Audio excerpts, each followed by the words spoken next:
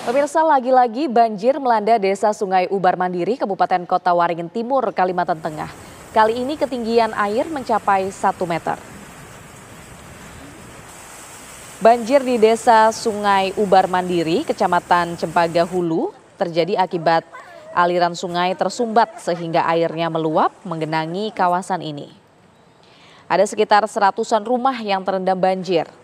120 dari 320 keluarga yang tinggal di desa ini terkena dampaknya. Dan 24 keluarga diantaranya telah mengungsi. Pemerintah Kabupaten Kota Waringin Timur, Kalimantan Tengah mulai menyalurkan bantuan bagi warga yang menjadi korban banjir. Mereka mengimbau penduduk desa Sungai Ubar Mandiri untuk selalu waspada dan segera mengungsi ke tempat aman jika banjir terus naik.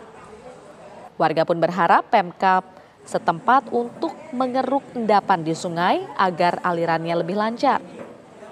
Sehingga pemukiman mereka tidak terendam banjir setiap hujan lebat turun.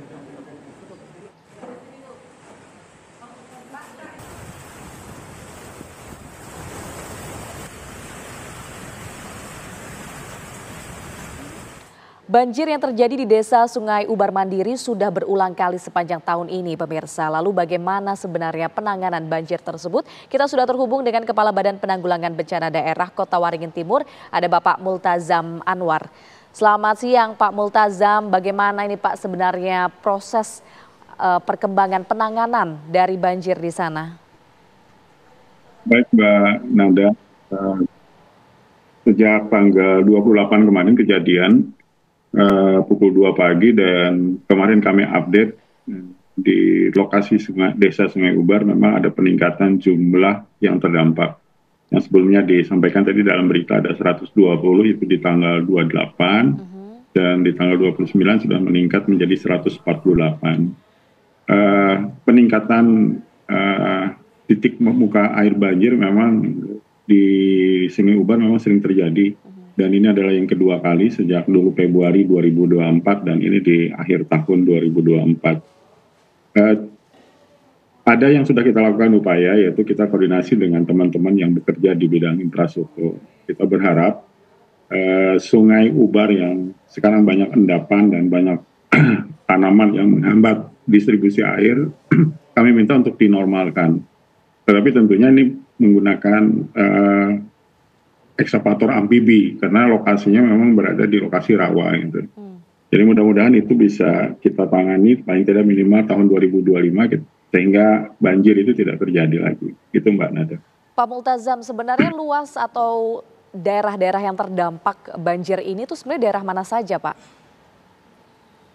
Di awal tahun dari peringatan dini dan kami lakukan eskalasi hampir sekitar separuh kabupaten di Kota Waringin Timur itu terendam, tetapi dia spot-spot di beberapa desa yang memang berada di wilayah rawan bencana banjir. Kita punya dokumen kajian risiko bencana dan kita sinyalir memang bahwa banjir yang diakibatkan oleh curah hujan yang cukup tinggi itu akan terjadi di beberapa desa dan early warning system kami sudah bekerja dengan baik ya Bu.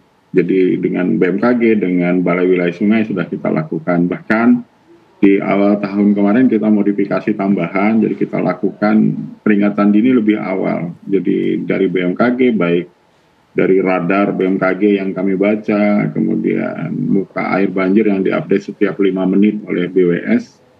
Sebenarnya itu menjadi panduan kami gitu. Tetapi karakteristik penduduk di Kota Waringin Timur yang memang sejak dulu berada di bantaran sungai hidupnya, tentu ada upaya-upaya lain agar mereka kapasitasnya meningkat sehingga mereka mampu berharmonisasi dengan kondisi-kondisi yang ada ini. Tapi langkah-langkah yang sudah dilakukan untuk mengurangi penderitaan para korban banjir di sana itu sebenarnya apa saja Pak, dan apa yang masih dibutuhkan oleh warga sekitar? Ada banyak sebenarnya, terutama kita bicara fasilitas pelayanan umum yang tidak bekerja optimal ya. Kita berharap banjir memang sering terjadi, tetapi misalnya tempat pelayanan kesehatan pustu yang ada di tempat itu memang masih bangunan lama. Dan kami berharap Dinas Kesehatan nanti akan melakukan relokasi dari daerah yang rawan banjir menjadi daerah yang aman. Dan beberapa penduduk desa juga kita sarankan untuk bergeser dari pinggiran sungai, tetapi ini tentu ekstra dalam memindah penduduk.